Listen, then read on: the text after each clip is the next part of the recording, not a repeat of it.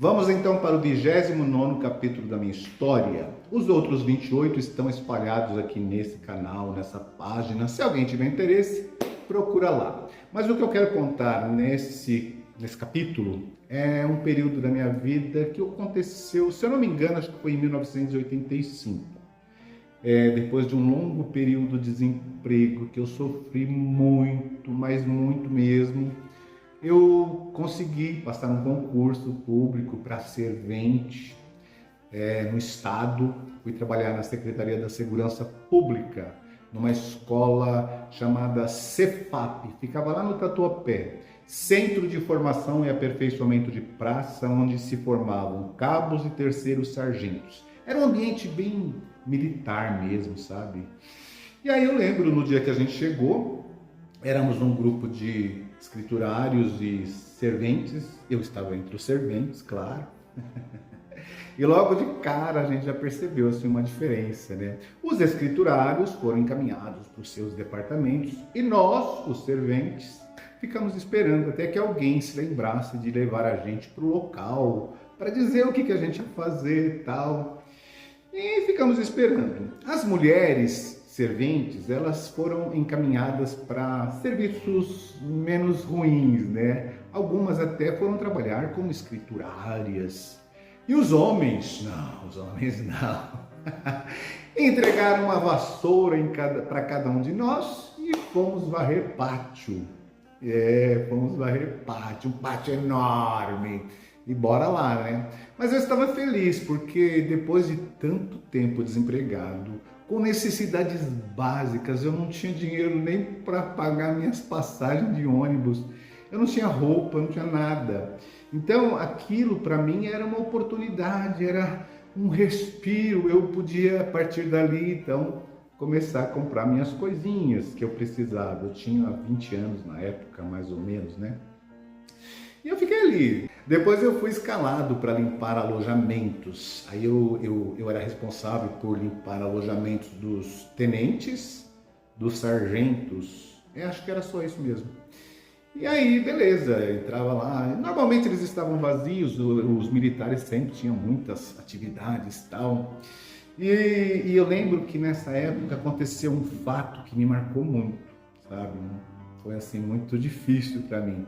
Eu trabalhava ali e eu tinha começado a namorar, estava começando a namorar com a Cleide. E a Cleide trabalhava no escritório e ela tinha possibilidade de ligar a hora que ela quisesse e tal. E ela ligava para mim. Quando eu recebia o telefone, naquela época não tinha celular, né, gente? Era só telefone fixo mesmo. E aí quando ela ligava, eu pedia para transferir a ligação para um alojamento que eu estivesse trabalhando, porque afinal de contas estava vazio, tinha telefone lá e eu atendia lá. Um certo dia, anunciaram, né, que havia uma ligação para mim e eu pedi para transferir para o alojamento dos tenentes.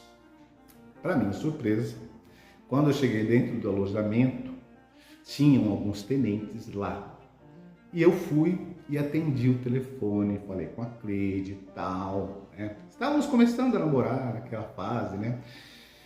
Quando eu desliguei o telefone, que eu coloquei no gancho, que era assim na época, no gancho, um dos tenentes, ele foi tão severo comigo, mas me humilhou de uma forma tão brutal, falou tanta coisa para mim. Eu fiquei tão humilhado, tão atordoado diante daquela situação, que eu nem falei nada, né? Eu pedi desculpas e saí. No fundo eu acho que eu estava errado, né? Não deveria fazer isso, né? Mas eu acho que a forma como ele me tratou foi desproporcional, foi muito cruel. Ele nem sabe o quanto que ele machucou meu coração naquele dia, né? Nem lembro mais quem é essa pessoa. Mas foi muito, muito difícil. Mas tudo bem, depois a gente passou e tal, né? Mas foi muito difícil, né? Bom, eu continuei trabalhando ali nesse local durante acho que uns 2 anos ali naquele local. Nós não tínhamos assim muita liderança, né? Não tinha um tenente ou algum militar que era responsável pelos funcionários civis, que era o nosso caso, Mas eles nem davam bola pra gente, porque eles tinham mais o que fazer. Então a gente trabalhava do jeito que queria e tal. Mas como era serviço de limpeza, tinha que fazer. Porque limpeza, se você faz, ninguém vê. Mas se você não faz, vem as cobranças, né? E ali foi muito bom, foi muito bom. Era um trabalho muito humilde, mas foi a minha libertação, foi o momento em que eu consegui ter algum troco, algum dinheiro, porque eu não tinha, né? Numa época em que vivíamos numa recessão gigante. Tinha também algumas regalias, né? A gente entrava num horário bom, acho que era das 9 às 5, sei lá, tínhamos 2 horas de almoço por dia. E a gente, enfim, era aquele clima bem de funcionalismo público, em determinadas repartições que as pessoas não levam muito a sério, né? O trabalho. Mas foi um período muito bom. Eu sou muito grato a Deus por ter me dado essa bênção, né, de trabalhar naquele local. E aí eu pude voltar a estudar, retomei os estudos que estavam parados, porque eu não tinha como, né? Tinha terminado, naquela época se chamava ginásio, né? Terminei o ginásio, o primeiro grau, e tinha parado de novo, porque eu não tinha como estudar.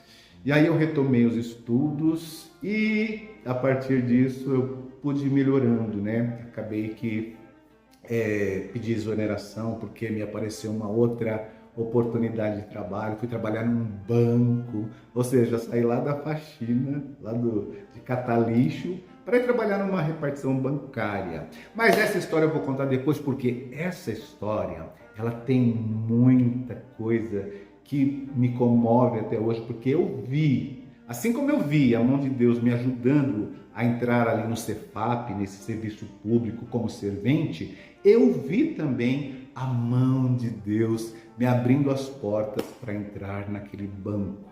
Mas essa história eu vou contar só no 30º capítulo.